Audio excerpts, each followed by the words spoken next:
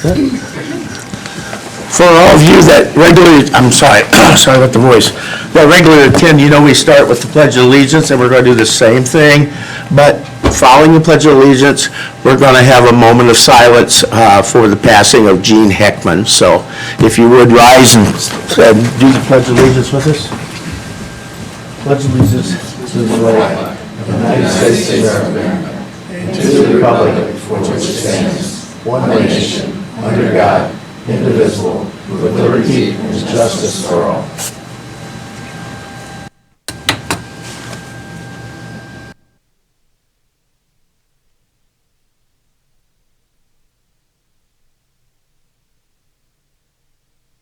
Thank you very much. Appreciate that. I know probably Gene's probably touched about everybody in the room here one way or another. He's quite a guy, so. Mr. Shipman. Thank you. I have just a couple things to kind of touch base on. One of which is that Jana and I, mainly more Jana than me, but we put together the capital asset ordinance that is up for adoption today. Then Scott and I have continued to work on the property sale transfer ordinance. And I actually worked on that. Where's Scott at? Oh, he left. Anyway, we worked on it a little bit today.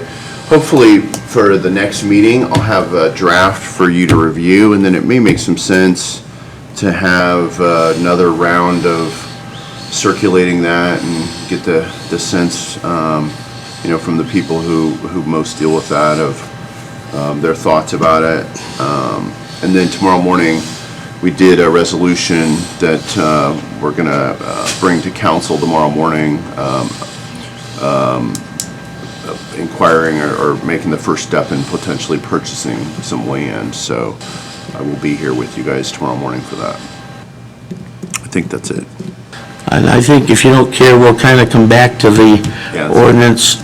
It's going to be ordinance 2020-02. Too bad you couldn't make it 2020. Okay. Sounds good. Okay. You guys have any other questions for me? Anybody have anything for? Okay. Well, if not at this time, I'll just make a couple of remarks. At the end of December, we had a group of students from Columbia City here. They had won a national contest at the FFA convention, right? I'm right about that? So isn't that something? You have a high school in Whitley County that wins a national contest. Well, lo and behold, today with us, we have students from Churubusco High School who went to Denver to the National Stock Show. And if you know your shows, that's a huge show, from rodeos to everything else. It's a huge show. And they did unbelievably great. So at this time, if they would come up here, I'd like to read a proclamation that we have for you. You guys want to come up too?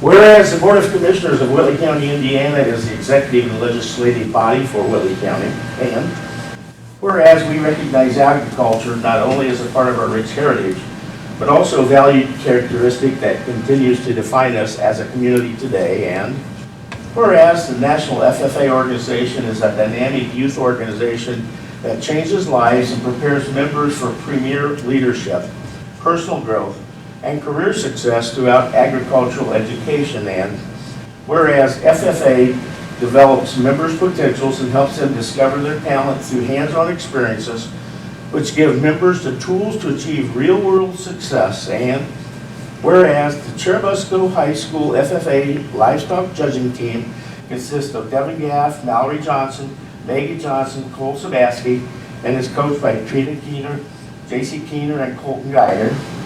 And whereas the National Western Stock Show, established in 1906, is the premier livestock, rodeo, and horse show in the nation, serving agricultural producers and consumers throughout the world. And whereas the team competed at the National Western Livestock Contest in Denver, Colorado in January of 2020, and in addition to individual placements, won the contest, being named high team overall in every category: reasons, cattle, hogs, sheep, goats. And whereas no other team in the past 15 years has won every species and then gone on to also win the Reasons and High Point Team Overall Championship. Now therefore, we, the Board of Commissioners of Whitley County, with great honor would like to recognize and congratulate the Churubusco High School FFA Livestock Judging Team on their exceptional success and thank them for representing the Whitley County with pride. Thank you very much.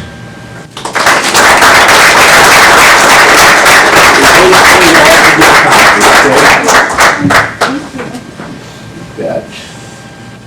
You should be proud because you did a wonderful job. So, thank you so much. Congratulations. Thank you. I'm not giving you an extra.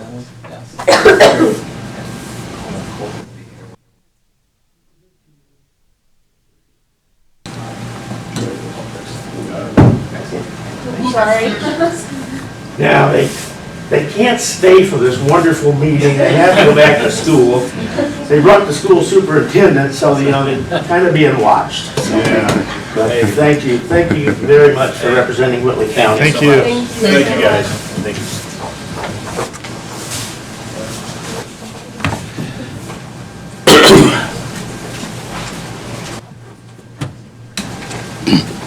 Sometimes this job is just really fun, I'll be honest with you.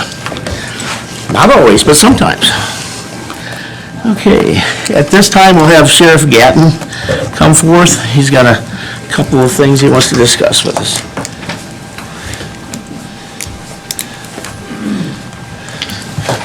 Afternoon.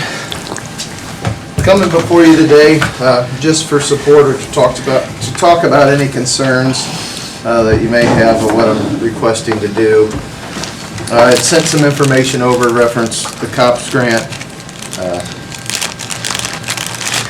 If you've read through it, we have an opportunity to apply. There's some tight provisions on what you can apply for and what you can't apply for. We are eligible, and I would be applying to identify a specific crime or problem in the area, which would be this COP grant. I would like to see go towards working as a detective and also working as a drug task force. officer, helping out there. As it read, 75% of the approved entry-level salary and fringe benefits of each newly hired officer or rehired if we had a layoff of up to $125,000 per position over the 3 years. Now with the higher end pay, we would be at about 83%, so we would be over, we'd only get 75%, so it'd be a little less, but if there's future increases during this program, that should be enough, I figured, to sustain up to 75%. Okay. And I understand this also covers a portion of the fringe benefits, not just the salary. Correct, you can use that money towards that Okay. also. Okay. Any discussion? I think it's a great opportunity for us. Yeah, I do too. What's the probability of obtaining this? Well, last time, all I can tell you is it hasn't been opened as much. I personally was hired in '97 on the COPS grant to the police force. It's been opened a lot since then, but we haven't been eligible because a lot of it's been for tribal or smaller police departments. I'm hoping if I get it in early enough, of course, we all know with the government, I'm not going to get a quick answer, but I have till March 11th, 2020 to request and write this grant. But I didn't want to go through all the grant process if you guys aren't in favor of it, the council says, no, we're not going to continue because one of the provisions, at least in the '97, was after the 3 years are up, you're supposed to obtain the officer on the department or repay the money that the grant was given to you for. Okay. I kind of think it's probably to be handled by the council. So what I would look for is a favorable pass or unfavorable. how you want me to proceed with the council? I'd move at this time that we would recommend a favorable pass from the council. And I'll second that. Okay, we have a motion, and a second, that we give a favorable pass to the council tomorrow. Any discussion? Hearing none, all in favor, raise your right hand. All opposed, the same sign. Thank you. The second thing's another grant, hopefully opening to possibly help with purchase of some kind of radio equipment. Jason, my Chief Deputy Spencer's been working with EMA Director Amy Biggs on it. Jason, do you have any further on what the grant is right now? I mean, Right now, I think it's early in the year, we're hitting it at a bad time as far as grant proposals. There's nothing open by the state, there's no start or stop date. Closing dates of what Amy's has advised, and that's as of this morning. So right now on the side, she says that she doesn't have anything open and closing dates. So right now we're on hold as far as the grant side. So would that be a percentage also? yeah, but some of those are more sometimes like a 50-50 match, or did Amy talk about? She didn't give me any breakdown on it, Okay. and some of them are just classified, and So they we- might not even fit some of them when they first come out, because they're more for infrastructure, not for that. I found a couple others where we wouldn't fit into that, because we're not the right equipment for that type of thing. So we'll have to wait for the correct one that fits the writing of it and what our products are.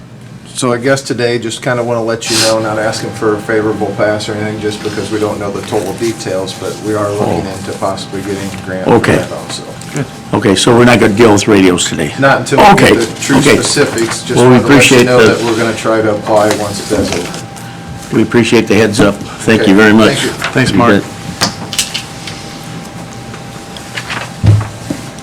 Okay, next up, subject that we talked about a little earlier, Mr. Shipman talked about, and that is the ordinance for capital asset policy. Who wants to talk to it? You? I can. So, when I went to my quadrant meeting for the auditors back in State Board of Accounts said that we really need to make sure that we have an asset policy in place in order to do and report our assets properly on the annual financial report. So, I went through and I asked for a few counties examples of what they had done, that they created new ordinances for their, to update them. Matt's reviewed it, he's good with it, so Okay. that's what I need it for. So the threshold is $5,000. Now, so here's my question.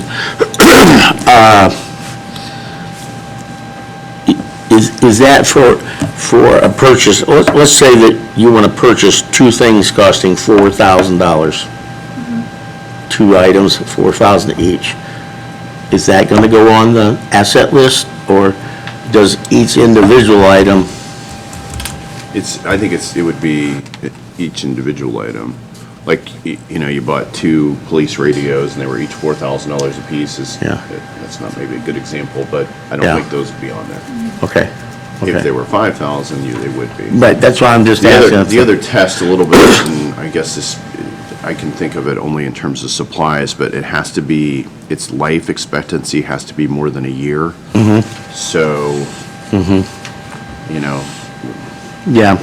The buildings are 50 years, the infrastructure 50, building components and improvement 20 to 50, machinery and equipment 5 to 15, and vehicles 5 to 10. So, yeah, that's kind of give you, yeah, anything that's not going to be past a year is not really a capital asset anyway. Yeah. So, just to purchase, okay. So, again, this is, the ordinance, if you want to deal with it today, is 2020-02. Matt, you're completely yeah, comfortable with this? I went through it. It is modeled off of several other counties, and then I had a few really small changes, but to me, I think State Board of Accounts wants us to do this, and this is. Was there any guidelines from the State Board of Accounts They on didn't have a this? form, really, They but we used counties that have been Yeah. doing it for long enough that they would have, we assumed would have changed Yeah. it if the State Board of Accounts had issues. Actually, the townships have had this for like 10 years. Okay. And when you ask about, did they have any input, I remember they made it very clear, no, your board has the input. You decide the threshold.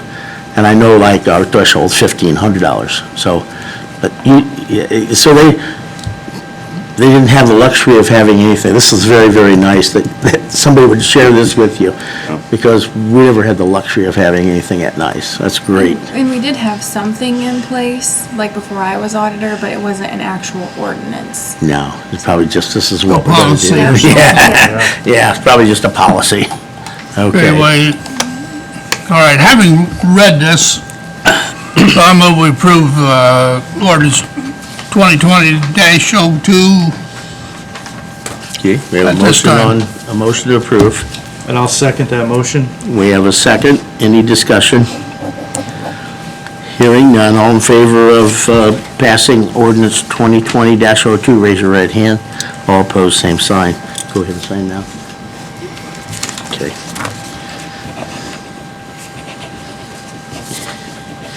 I had a chance to read it. I thought it was very good job. Jana deserves most. Well, you also get Or Google, credit for, probably Google maybe. yeah, you also get credit for not reinventing the wheel. Well, yeah, right. Sometimes it just doesn't make any sense to reinvent the wheel when For the wheel's sure, already out affliction there. that most people in my industry have. Yeah, yeah. Okay. Okay, thank you. Okay, next we have a Humane Society contract. For several years, we've been giving the Humane Society money through a CEDIT program. It's always been, oh, hi there. Hi, I'm Abby. Well, you can talk then, I don't need to talk. Sorry about that. I don't have a lot Yeah. for you. Thank you. I would rather listen to her than you. Cats. Thank you. So I just brought some 2019 numbers just so you can kind of see what we're doing. Okay, if you don't mind, have a seat and then identify yourself to the audience. I'm Abby Carroll. I'm the director of the Humane Society. So in 2019, some things that we'd like to highlight. We adopted out 429 cats in 2019. The whole year was a big record-breaking year, so we implemented same-day adoptions, which increased our adoptions for cats specifically exponentially. We brought in adopters from here, there, and everywhere. We had 23 out-of-state adoptions coming from Michigan, New Hampshire, Utah, Illinois, Ohio, Florida, Pennsylvania, and Tennessee. Our live release rate for cats also increased 16% from 2018. It was 88% in 2019. So you can attribute that to the same-day adoptions. We also started a community cat program, so we have people who are taking care of their outside cats and getting them spayed or neutered, and so those cats aren't attributing to the population, but they aren't going up for adoption through us either because they aren't good adoption candidates. So they just get spayed and neutered and then go right back outside. And then same thing for dogs. Our dog live release rate has always been about 95 or 96%. We returned 144 dogs back to their original owners. In 4 years, 825 cats have been neutered through Neuter for a Nickel, which is just a crazy amount, so also attributing to the cat population. 46% of adoptions were from Whitley County and 42% of them were from neighboring counties. So going back to same-day adoptions, before for cats, we don't do same-day adoptions for dogs, but we're doing them for cats. But before they would have to wait the 1 to 2 business day process to get their cat, and they could go to Fort Wayne Animal Care and Control or SPCA and get a cat in the same day. So we would lose out on those adopters. So now those adopters are coming to us as well from other counties because they can get a cat in the same day, just like they can at the other shelters. A big one for us, every single animal left the shelter spayed or neutered, which has never happened. 550 animals left spayed or neutered. We have an appointment with Hope for Animals every Wednesday. 10 animals go in every single Wednesday of the year to get spayed or neutered. So that was very exciting, where in the past they would go out on a contract and they would sign saying that they would get that animal spayed or neutered within a certain amount of time. And then we also decreased the length of stay from 2 months to roughly 1 month for cats, again attributing to the same-day adoptions. So it was a big year for us. Those were the things that we kind of wanted to highlight number-wise. And then on the very last page,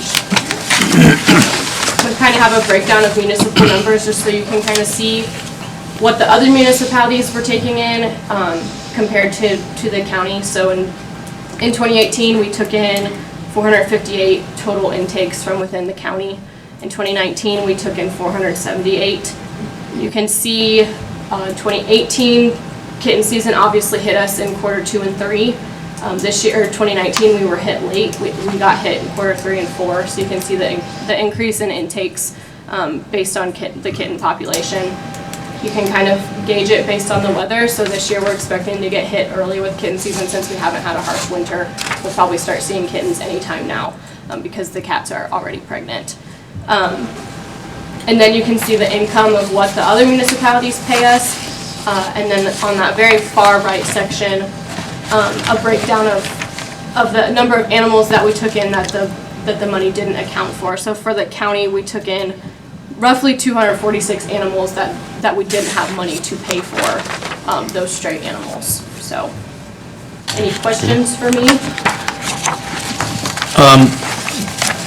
You returned 193 total animals back to their owners. So how does that happen? Why does that happen? Microchips. So if they have a microchip in them, we can track down who the owner is.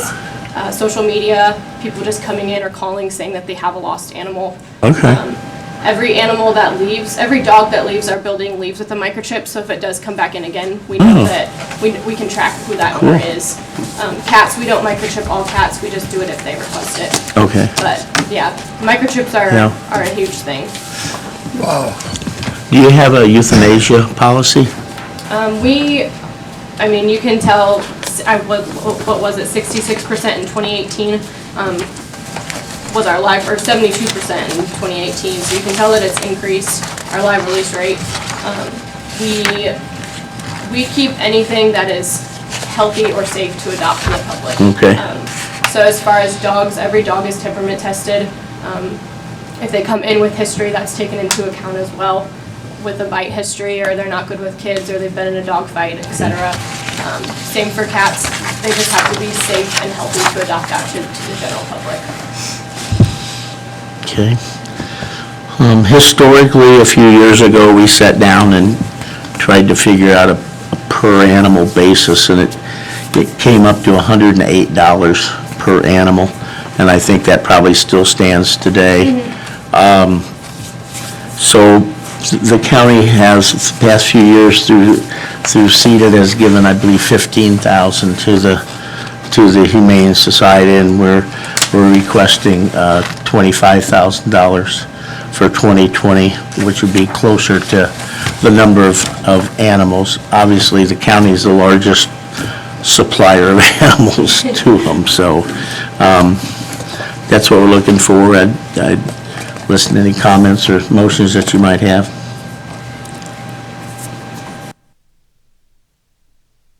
Well, it appears you stay really busy. Yes, we do. Right now, our population is the lowest it's been since I've been there in 6 years, which is kind of like a breath of fresh air. So typically we house anywhere from 100 to 150 cats, 20 to 30 dogs, and right now we've got about 15 dogs and maybe 30 cats. And I've never seen the population of cats that low. And again, it's the same day adoptions, just moving them out a lot quicker than we were before. So. Well, your spay and neuter program might be working. Yeah. Yep, we also Well, have too. the neuter scooter coming to town this year. So they'll be at the 4-H Center the 15th and the 29th. And they will do male and female cats. So neuter for a nickel, which we held at our building, only did male cats. So this year we'll be taking care of those females as well. So hopefully that will help with the numbers as well. Yeah, I think it's probably showing. Okay. Any thoughts, gentlemen? I guess as far as I'm concerned, I think we should probably try to fund the $25,000 out of the CEDAT for this. Is that a motion, sir? Yeah, I'll second that motion. Okay, we have a motion and a second on the floor to make the project this year $25,000. Any discussion? Hearing none, all in favor, raise your right hand. All opposed, same sign. Okay, thank you. Thank you very much. Thank you for the good job you're doing. Thank you. Okay.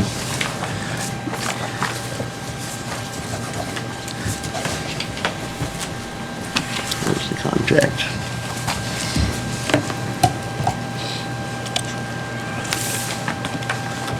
These Dasani bottles are getting so flimsy. Hard to, And Cindy was not able to come, so I'm just presenting it to you. thank If you you. have any questions, Debbie. No, I think we're pretty used to it. Jana tells me that Cindy Doolittle, our county clerk, is unable to attend today, so Jana's going to take her presentation, which is, this is a normal annual presentation, giving the commissioners, asking the commissioners to sign off on polling locations for the year, so. Yep, so there's just a list of all the polling locations, and she will be, as soon as you guys approve it and sign it, Cindy said that she will be advertising it in the In the paper, newspapers yeah, for that's- everyone. Okay. So, I looked over that list. Is there any new ones or any changes? I didn't see any, I but don't know, I could ask, I don't think so, but I could ask. See any Debbie changes? for I didn't That's see what any. I don't think there's any changes, but I'd entertain a motion that we approve the Make a polling. motion that we approve the polling locations. Second. We have a motion and a second on the floor to approve the polling locations. All in favor, raise your right hand. All opposed, same sign. Thank you. Excuse me.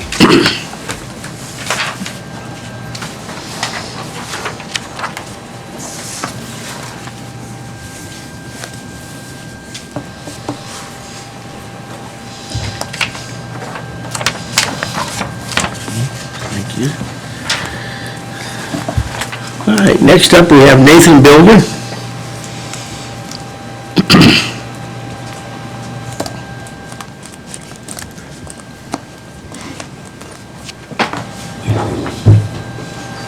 ARC has 3 qualification statements that we received. Okay. We had a request for qualifications that was due at the end of business on Friday. And in the request, we said that they would be open today. They are qualifications, not proposals, so no dollar values are attached. From here, what we'll do is review their statements and then set up interviews with those in order to choose a consultant who may be the best fit for our comprehensive plan. If we find that none of them are a good fit, then we'll restart the process. That's 3 is what you got back. 3 is what we got back. 2 of them were ones that were on my short list to contact directly, and then the 3rd was one that all had seen the RFQ. Okay.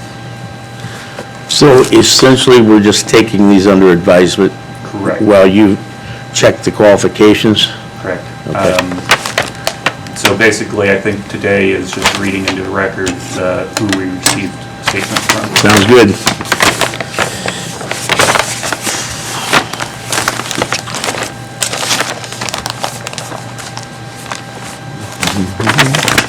Yeah, gonna have to open it. Find out.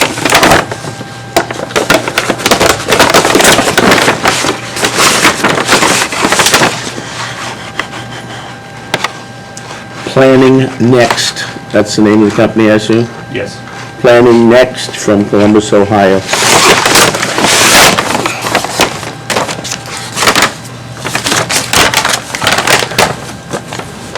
Yeah, work on one of those, I'll work on one.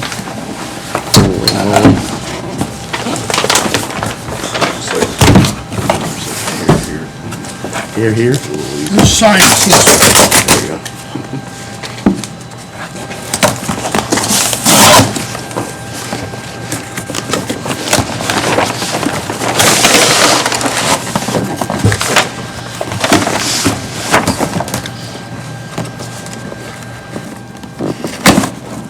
Don't touch yourself.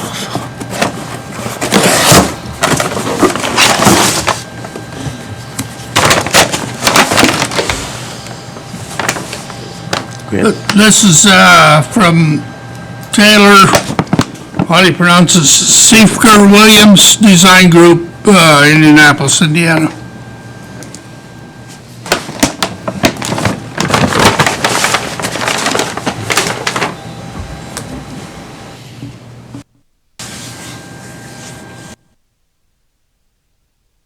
Okay, this one is from Structure Point.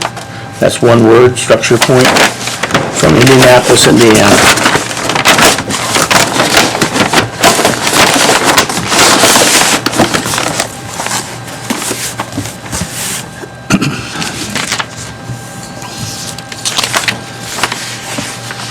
Thank you. We'll get those distributed and set up.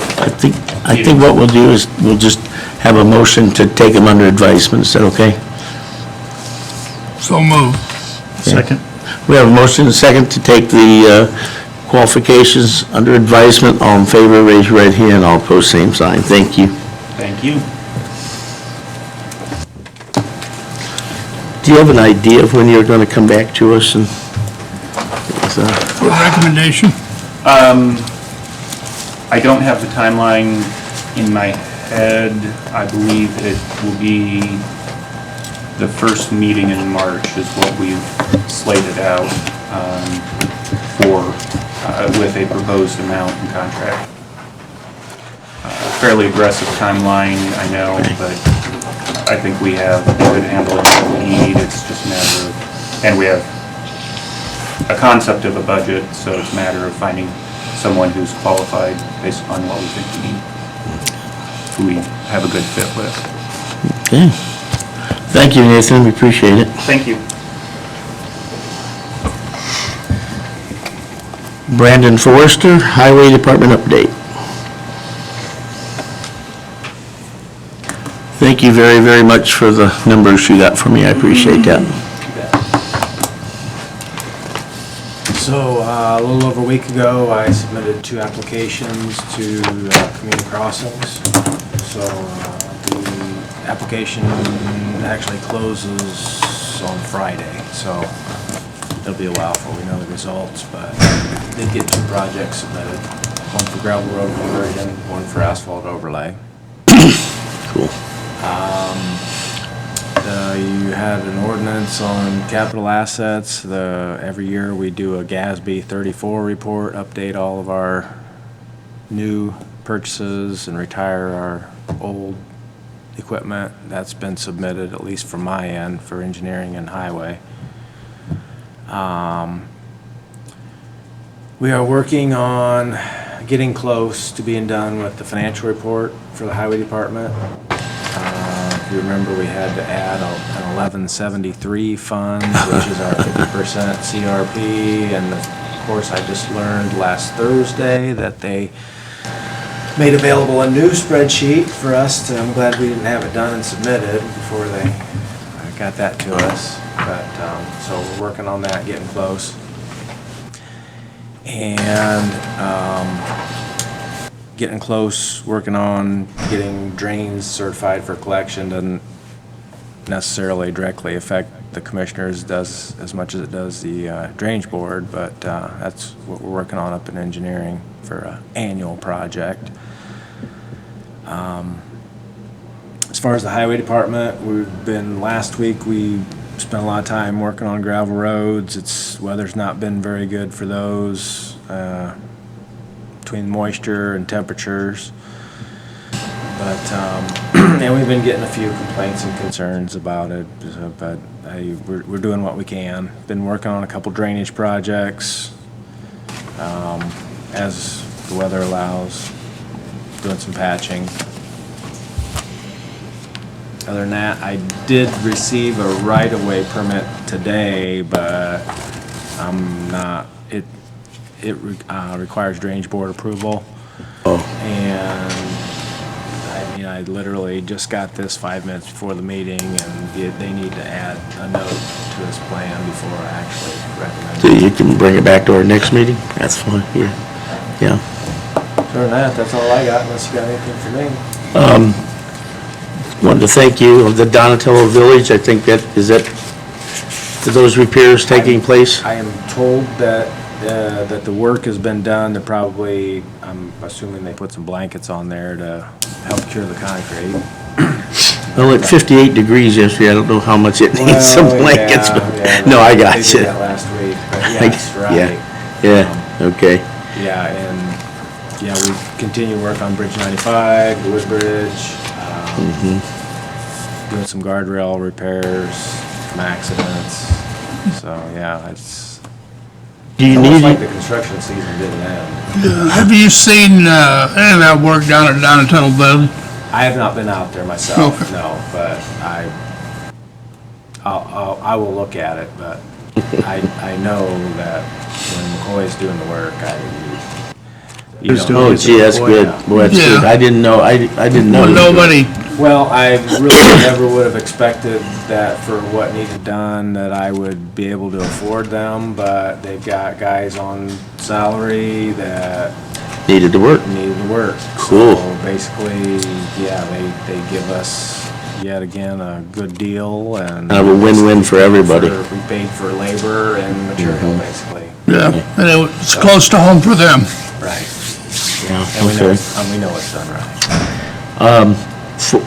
Loader, where are we at with the loader? We will bring you, bids are due at your Next next meeting? meeting. Okay. Yes, they're due at Okay. noon before the meeting starts. And So we'll not have a special meeting to open that, just at the 1 o'clock meeting, we'll open the bid? Okay. And the notice says the bids will be open at 1, but, I mean, you don't have to start that out. I got you, right okay. away. You can wait till my report. Well, the meeting starts at 1, so that probably meets the, yeah. New trucks. New trucks, I have not heard anything on those. Oh, okay.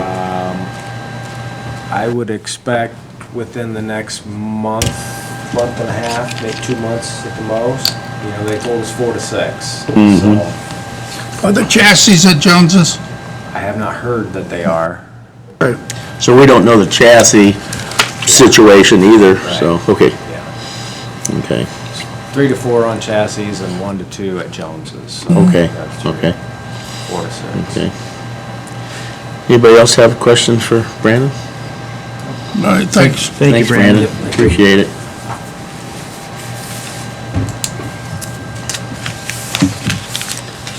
Okay. With regard to claims, I had an opportunity to review the claims last Friday. Were there any I didn't get? So I got them all? Okay. And I didn't see any problems, so I'd entertain a motion for payroll and for accounts payable. Move to approve the payroll claims. Second. Got a motion and a second to approve the payroll claims. All in favor, raise your right hand. All opposed, same sign. Thank you. Also move we pay the regular claims. Okay, we have a motion on the floor to approve the accounts payable claims. Second. Got a second? All in favor, raise your right hand. All opposed, same sign. Thank you.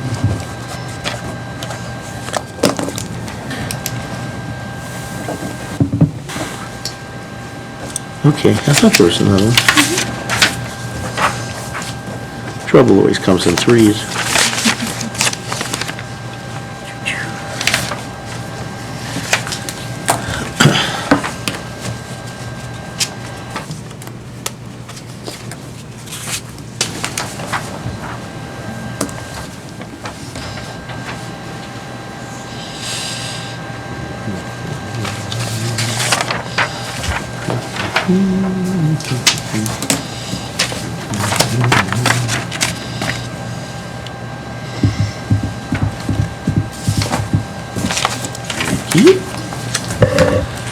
If you've all had an opportunity to review the minutes of the January 21st meeting. I'd entertain a motion to approve or make changes. And make a motion that we approve the January 21st, 2020 meeting minutes as presented. Second. I have a motion and a second to approve January 21st minutes. All in favor, raise your right hand. All opposed, same sign. Thank you. Jennifer, if your time's running short, you're welcome. You okay? All right. Matt? Everything else? Okay, all I had was the policy, so. Okay. George? Right now. I don't have anything extra. Okay, I want to make a public notification. Sign the minutes. Oh, yes, I'm sorry. Stand by. What I'm about to say is not that exciting. Anyway, just make sure, we've advertised it in the papers, and I want to make a comment that this Thursday, February the 5th, making sure I'm right here. So I'm wrong, it's Wednesday, so hang on. Got to be right on.